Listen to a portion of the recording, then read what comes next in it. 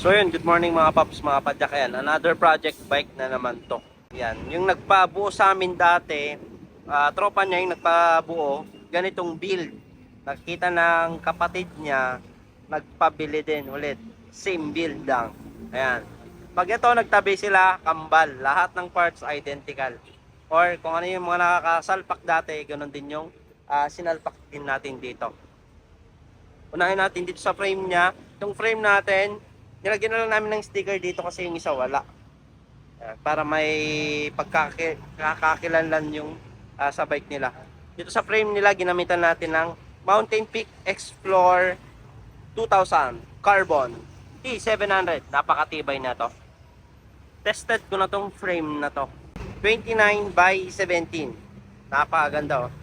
Pitik check. Carbon Lodi. Yan, naka-sealed bearing na negative 17 stem, straight bar, back shift, handlebar, Mountain Peak din. Apps Pro 2 grip, naka anti-slip design, napakasarap hawakan, napakakapit.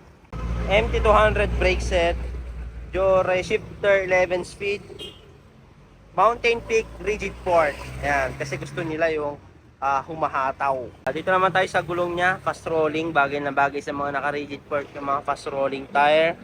Dito tayo sa rim set niya, sword rim set na naka-bladed spoke na. Sealed bearing hubs na super light, napakaganda. Standard rotor. Ito naman tayo sa upuan niya, syempre yung pinagmamalaki namin na Pops Pro 2 saddle. Ang dami na naming na-satisfied dito. Malapit na tumubos. Mag-aantay ulit tayo ng 3 months pag na-sold out. Yan.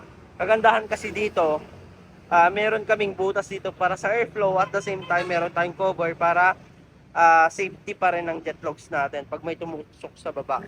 Ang kagandahan pa niyan, ito, kung sa mga makikita nyo sa ibang brand, may mga staple pa. Ito solid nylon plastic yung ginamit natin dito sa baba niya na cover.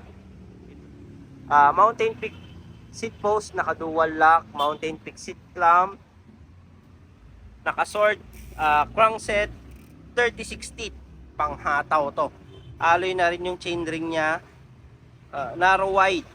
Yan. Ang pedal nito, Mountain Peak seal bearing. Pa namin kinabit. SLX chain, Jore M5100 chain, Jore M5100 RD, may clutch. Sagmit Cogs 1151. Ayan yung hubs niya, sword. So ayan yung kabuuan ng bike ni sir at saka parts. Ang presyo nito 36,000. Siyempre di mawala yung sound check.